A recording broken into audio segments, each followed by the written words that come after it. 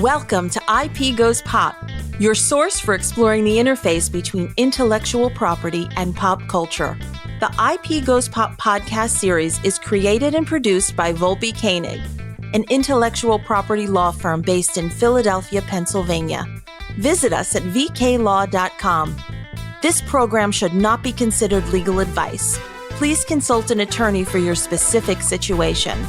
And now your hosts, intellectual property attorneys, Michael Snyder and Joseph Gushu.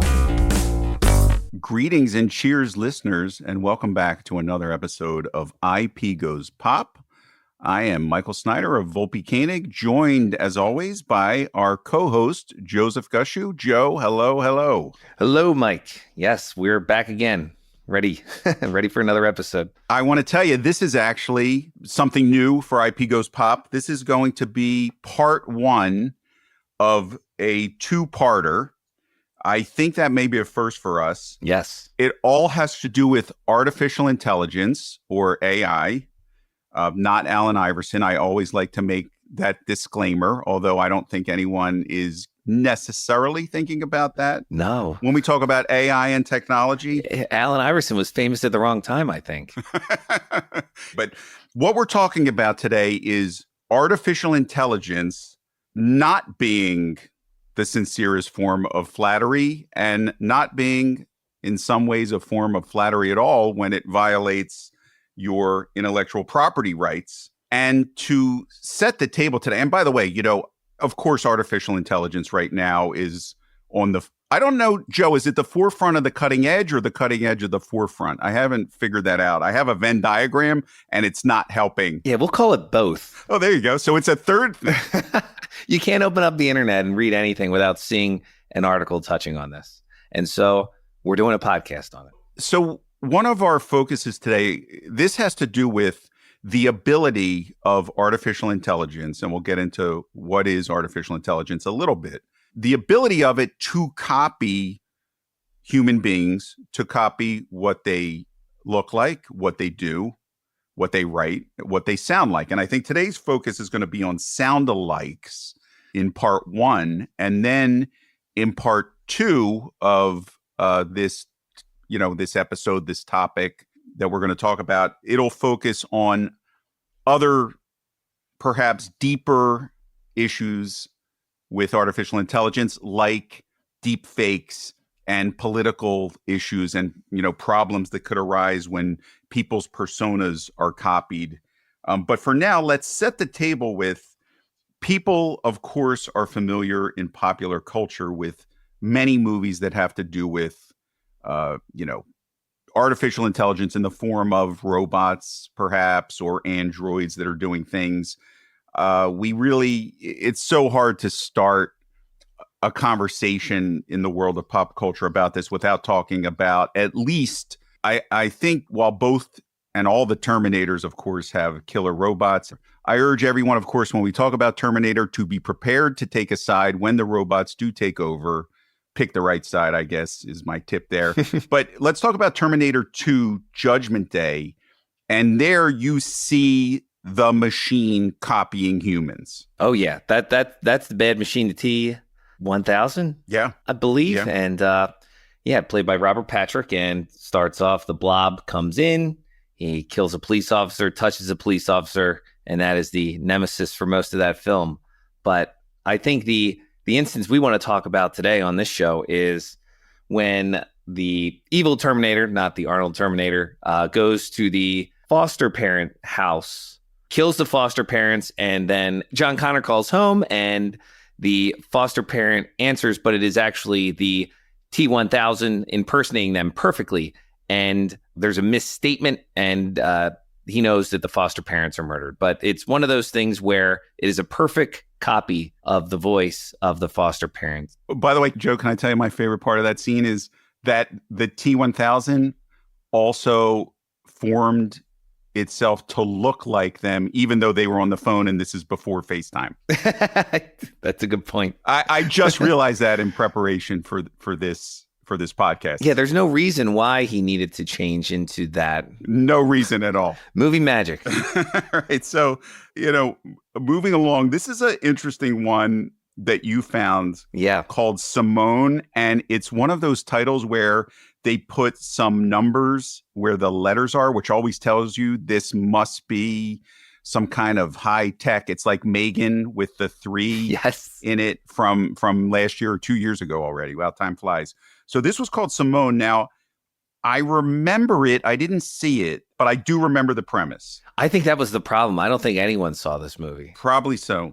And I think it probably took 20 years until they decided to put numbers in movie title names again. That's how popular this film was. It took till Megan a 20-year waiting period for it to start again. But yeah, this was an Al Pacino movie released in 2002, which I don't think anyone saw because I didn't either. But the premise was interesting, which I think resonates with us now and why it's on this list. But Al Pacino played a director in this film that created a fully synthetic actress who is named Simone. And that synthetic actress becomes a superstar, effectively replacing human actors. And there were questions about the authenticity and nature of celebrity as a result of this. So a movie definitely ahead of its time. And when you think about it with today's environment, this is something that's much more realistic now than it was 20 years ago. I would be remiss if I did not mention I almost feel like at this point it's a sponsorship, but my favorite author, William Gibson, one of his novels, Idoru, Idoru, not sure if I'm pronouncing that right, from 1999, so even predates this, about as far back as one of these references in pop culture goes. That actually was a novel where one of the main characters was a rock star who was in love with and wanted to marry a completely synthetic other pop star. Her name was Ray Toy. And that was in 1999. So that's how, again, always ahead of the curve, William Gibson, go read Neuromancer and all his other books. But this concept goes hand in hand with how prefabricated popular music can be seen to be. For example, boy bands that are assembled from scratch based on how they look, each character, or they need each particular type of personality in the boy band, so they assemble them. But I think this idea of the quote unquote plastic or artificial pop star, but aren't there now they're virtual. Aren't there now virtual pop stars that are jumping, making the leap from screen or story into the music world now? Yeah. So in researching this show, I found one, and I was not familiar with this virtual pop star before, but it comes to us from Japan, and the pop star's name is Hatsune Miku. I think that's how it's pronounced, but it is a holographic performer who completely artificial. They release songs, even performs at Coachella regularly. And her voice is generated by software, and performances are done through holographic images. So this is an example of something completely fictional jumping into the real world in this sense by giving this fictional character a voice and performances in front of people, which is pretty wild. Also on the movie front, we should mention the movie Her with Joaquin Phoenix and the voice of Scarlett Johansson, which is going to play a huge part in our discussion today. Mm-hmm. That was about an artificial assistant application. Yeah, with Joaquin Phoenix is in the movie. Similar to all of our iPhones, we'll have something like this built into it later this fall. But whether you want it or not, yeah, you got to opt out, I hope. But in the movie, Joaquin Phoenix's character falls in love with his operating system, basically his digital assistant. And again, we are quickly moving towards a reality in which that is much more likely to happen than I ever thought. So again, we're going to get to the conversation specifically about how this all comes full circle to Scarlett Johansson. But she does have a very distinctive voice. And in that particular movie, it was very critical that the lead actress had a very distinctive voice. I think they picked wisely there with her. I think it worked, and it wouldn't have worked because imagine doing all your acting only through voice. but not even in a voice actor setting like an animated film or even CGI. Literally only voice, no image whatsoever. Mhm. And had to kind of paint the picture in Joaquin Phoenix's head. So you need two really good actors, at least two, but mostly those two. All right. So setting the table now, that's pop culture. The idea of the synthetic actor or actress or machine robot that is more than just a machine is well-established concept now. Again, this is all about crossing over into the real world. We've reached a threshold point here where that is happening. Now, to have the rest of our discussion, I think it's important to people hear a lot of these terms, and I think it's worthwhile going over them and just reminding our listeners what is meant when they hear generative AI. What does that mean, and how does it work? Not all the technical parts of it. We don't have time for that, but some of it, so we understand the rest of the conversation. Yeah. So a little bit about generative AI. It really had its watershed moment with OpenAI's ChatGPT, which came out the end of 2022. And that is really predictive text on steroids. So you'll prompt it with some language. You'll ask it to do something. And what is happening on the other side is trillions of multiply and add operations which support predictive text. So it's these models are trained with all of the articles, books, anything open source that is available, and now becoming movies, pictures. It's just fed all this data, and based on how you prompt it or ask it to give you an output, it will predict what the next most likely word is in the form of when you're asking it for text or an image, it'll comb all the images and predict what pixel should be next to the image that it's generating for you based on how it was trained. So it appears to be very smart because it has been trained in such a way that it is very adept at predicting what the next word or how an image should look based on what you ask it. So it's extremely complex. Even the scientists who generate these things aren't necessarily 100% certain how it works due to all the layers and weights and everything that goes into the training of these. Joe, sorry to interrupt, but can we talk a little bit more about the training and what that means? Because it's another concept people hear a lot when we talk about artificial intelligence, but the mechanics of it, I think, are something that gets glossed over. Sure. So think of it like you'll feed these different models books or articles, a certain thing like that. And then you will train the model by adjusting these weights in that you'll ask it something, it'll give you an output. It won't necessarily be correct. And then there'll be a weighting system in a sense that you have different weights that affect what the ultimate output is. You will tweak them to get you a more accurate answer than what you had before. So it's a very iterative process like this. And the system is able to train itself.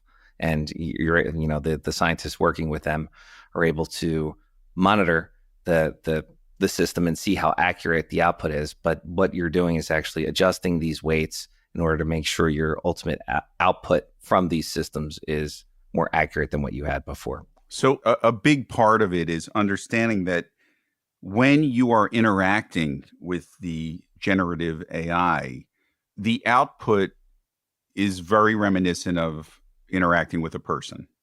It appears so many times that you are, because it is writing something. It is generating something that it comes up with. Yes, it is based on all this training, but it's happening in real time when you are, you're asking questions, you're giving it directives to, draft me a formal invitation for a wedding, and it will write one with very little prompting. And it's writing one like word to word. So it's looking at the word and predicting what the next word is, looking back at the other words that it gave you in that sentence, and then saying what the next word will be. So it's very advanced and it's so complex. If you were to prompt the same system using the same exact question, you will likely get two different outputs, which speaks a little bit to the complexity in the training of these particular models, that you're not going to get the same answer back. It'll be slightly different. It'll probably look like very similar to the same answer, but it won't necessarily be word for word exact.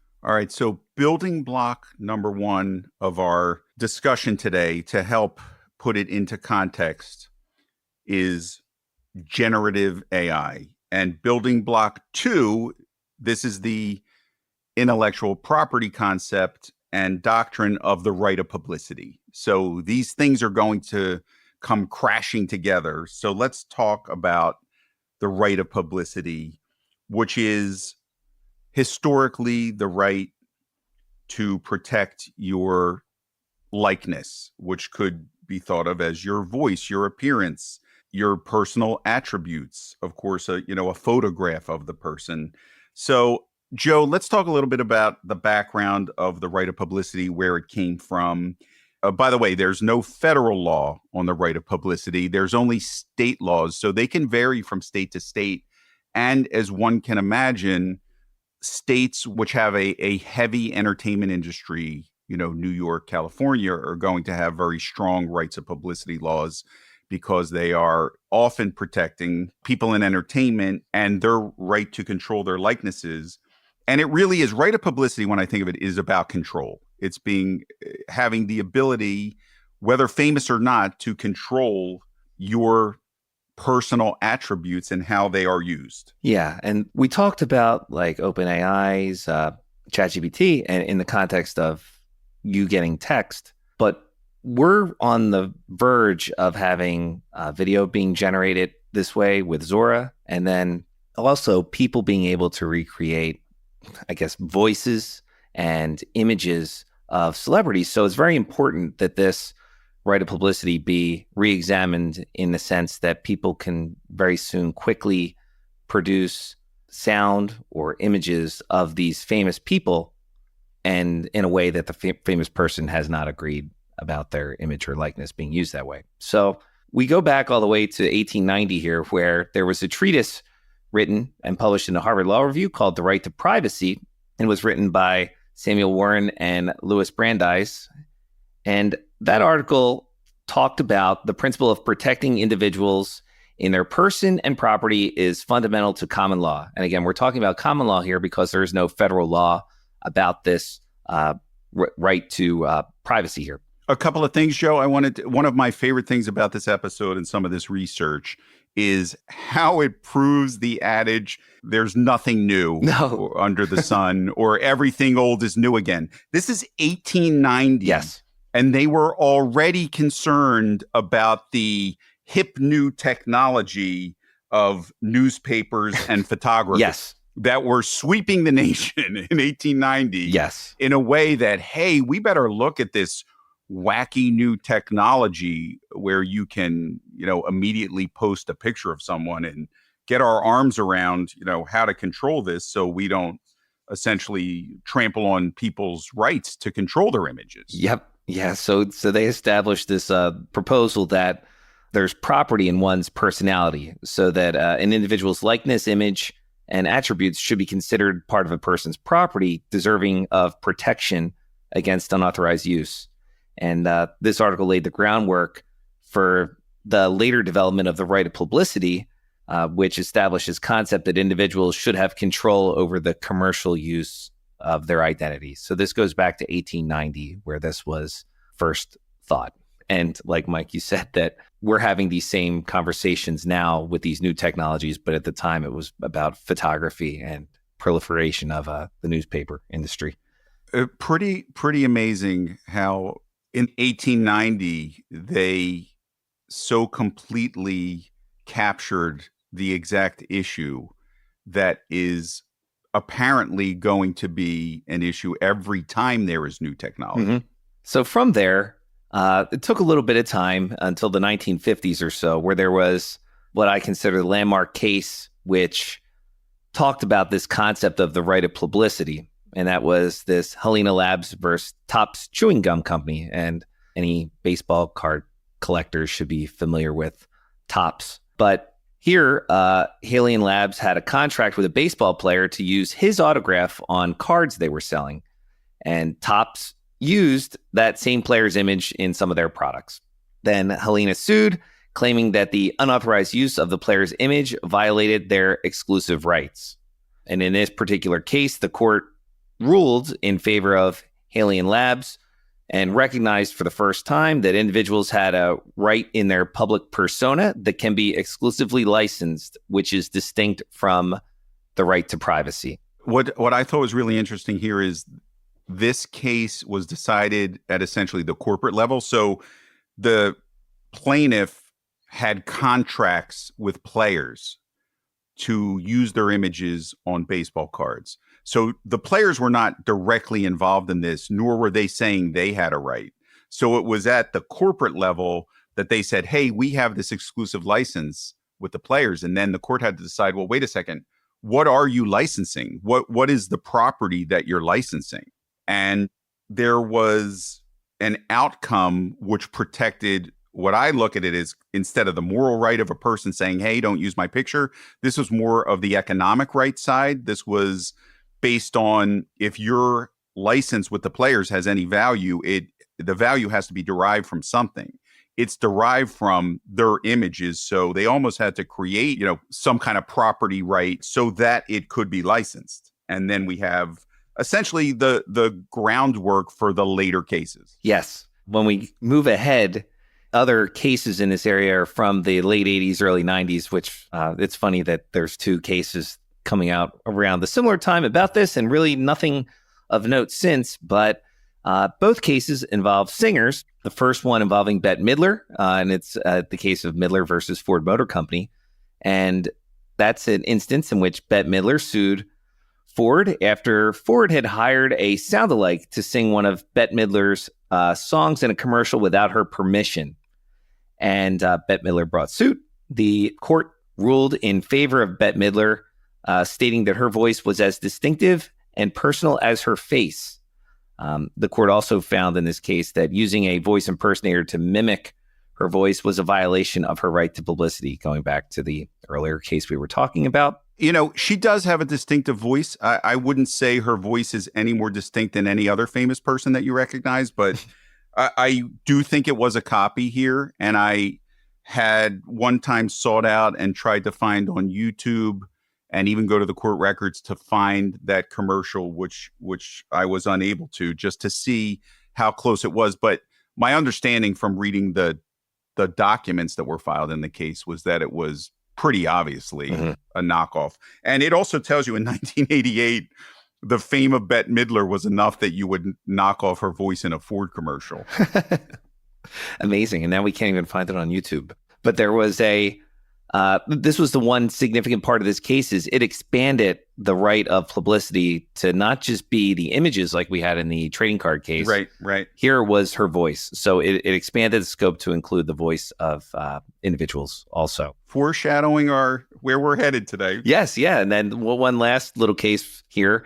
The other one I referred to earlier is Tom Waits versus Frito-Lay, which very similar. There was a commercial where Frito-Lay used a sound-alike to Tom Waits, and he has a very distinctive voice. I mean, basically, Tom Waits is just a body that is a vehicle for that voice. If you don't recognize Tom Waits' voice, you need to get out more. It is incredibly distinctive. It's this gravelly. He sounds like kind of an old-timey huckster type almost, or a carnival barker. It's very distinctive, impossible to miss. And, his voice is his livelihood, really. Yep. And this was another case where the court sided with Tom Waits here. Oh, by the way, if one more thing, Joe, to interject, if you ever hear a song you don't recognize and it has an accordion and maybe the sound of someone hitting a trash can and then a broken bottle and then a gravelly voice, it's a Tom Waits song. Correct. This next case is the Zaccarini versus Scripps Howard Broadcasting case. And this is the human cannonball performer. There is an iconic image of a human cannonball. And I don't know if it's this particular image, where the cannonball is going into the stomach. It's kind of mid-shot. Oh, yeah. That's super Yeah. I'm very familiar with it. I think it might be this image. It is also the cover of the worst Van Halen album. And it pains me to say that. As you know, I'm a huge fan. A big fan. Oh, yes. Yeah. But Van Halen 3, I believe, has that image on the cover. And again, this was a case where I felt that they were twisting a bit to find a way to protect the person's image. And it couldn't be copyright, it couldn't be trademark, it couldn't be other things. It would have to be right of publicity. So yeah, this is a topic that is not frequently touched on here, but this right of publicity is very pervasive with the pop culture topics that we talk about and intellectual property law. Yeah, so we did an older episode of IP Goes Pop, episode 8, Hollywood and Wine. That's WHINE. That's how clever we are, Hollywood and Wine, IP and the right of publicity, where we talk more about the historic aspect that didn't really lead into this protection of someone's voice apart from their image or the technology of it. So we'll put that in the show notes. But this all brings us up to speed to get us now. We are at the cutting edge. So we have this groundwork where there is a right to your image, likeness, sound, even the act you perform. And it is not necessarily protected by copyright or trademark. It is protected by something else, this right of publicity. And this something else is going to become a huge issue with the ability of artificial intelligence and the applications that use it that Joe talked about a little bit, for how easy they can take a thing and make a variation of it, or just be asked to make a copy of a thing, or to even copy how you could say to one of these artificial intelligence programs, write me a letter in the style of Quentin Tarantino, let's say. And the question is, what is that infringing? Because he didn't actually write something that's being copied, but his style is being copied. But this all brings us now to the very recent battle between Scarlett Johansson and OpenAI. So this is relatively fresh. I'm still seeing news clips about it. People are referring to it often. And not that she's so litigious, although I know that she has had some run-ins. Yeah, she's had some. She's come out on the right side, by the way, every time. So good for her. Mm-hmm. Because with Marvel, yep, the way they distributed the Black Widow movie, and it was during the pandemic, and there was a contract issue, and I don't think we're going to see Black Widow back. No. But I don't think she needs the work after the case. So, Joe, let's talk about Scarlett Johansson and OpenAI, what happened, and kind of where this puts us in this brave new world. Yeah, sure. So OpenAI had its big reveal update in May 2024. So they had a big summit and rolled out all the new features we can expect to receive this year. And one of the features was this voice assistant called Sky. And the voice of this voice assistant sounded very similar to Scarlett Johansson. Now, in a vacuum, you'd think, oh, that's just a coincidence. No one really has such a distinctive voice like that. Perhaps it was an accident. At the same time as this conference where they were releasing these updates, the CEO of OpenAI and founder, Sam Altman, who's on Twitter a lot, he tweeted Her, the name of the movie, which Scarlett Johansson was the voice of the digital assistant. And only the voice. Yes. So that did not look favorable for OpenAI here. That's a bad fact. Yes. So it probably shouldn't have been on Twitter for that. But the release goes out. Everyone's talking about all these amazing advances. And Scarlett Johansson is upset that this voice sounds so similar to her. And according to Scarlett Johansson, she said that Sam Altman had approached her in the past year, asking her to lend her voice to ChatGPT, and Scarlett had declined the invitation to do that. Nevertheless, this digital assistant's voice sounds very similar to hers. So OpenAI comes out and says that they had cast a voice actress. They had listened to 400 or so different auditions, and this is one of the voice actresses that they had selected for giving voice to the OpenAI tool.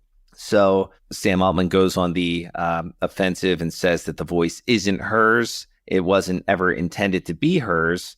And because Scarlett Johansson's upset, we've decided to pause the use of this voice moving forward and he apologized for not communicating this better. And by the way, so this wasn't, I want to make clear to the listeners, this wasn't litigated and there wasn't a lawsuit. Kind of the power of celebrity, as soon as there was this negative press, and really all that Scarlett Johansson did was mention this, I believe. Mm-hmm. But it, in our viral world of how quickly celebrity news travels, it became an issue that they acted on. But again, it wasn't a case where the facts as I know them, it was not based on, let's say, a digital recording of her voice. That's correct. It was a voice sound they liked, but not unlike situations in copyright law. For example, George Harrison in My Sweet Lord, who, up until his last breath swore that he didn't base it on that song and he had not heard it before he wrote it, but there was this similarity where it could have kind of seeped into the consciousness and it became a copyright issue. Here, I think mentioning her maybe was mentioned as just a concept of a voice assistant. And maybe he just wanted how many husky, let's say, voice assistants can you go through that don't sound like Scarlett Johansson? Do you have to, I guess my question that I'm posing now is taking, the other side, how careful do you have to be to make sure it doesn't sound like a known quantity or a known actor or actress or a voice that's that recognizable? I think there were, again, some, maybe slip of the tongue here just in mentioning her movie, but you're right, Mike. Yeah, there's a couple different ways to look at it. I did hear a side-by-side, and maybe we can find a link to it for the show notes, but I'm not totally convinced that this was, a knockoff to the point where I think there was bad press and they made a decision, but I don't necessarily know if that's a slam dunk in a right of publicity lawsuit. I'm with you, Mike, because also I'm of the opinion if they wanted to sound exactly like Scarlett Johansson, I don't think they would have a problem of making something sound exactly like Scarlett Johansson. That's a great argument. I see the jury nodding their heads and taking notes. But maybe because of her prior successes, she's a deterrent for copying. Sure. Or any kind of IP types of issues or contractual issues. She's a big enough star that you could just put out a statement saying, this bothers me.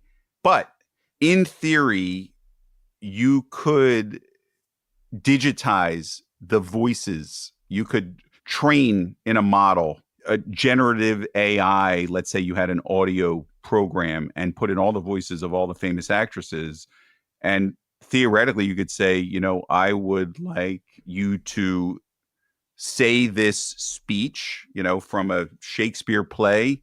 And I want a combination of Kathleen Turner and Cyndi Lauper, which is not a good idea. Very different voices, but theoretically, that's something that could be created.